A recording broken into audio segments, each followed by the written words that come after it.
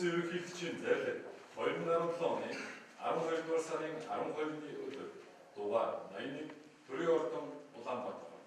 гадаад улсын иргэдийг Монгол улсын төрөндөө чагналаар шагналтбай.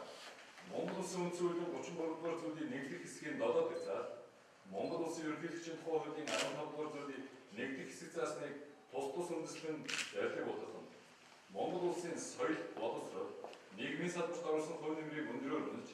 Америкийн нэгдсэн улсын иргэн, Америкийн нэгдсэн улс дахь зориг сангийн ерөнхийлөгч Walter Jenkins, Монгол улсын ард замын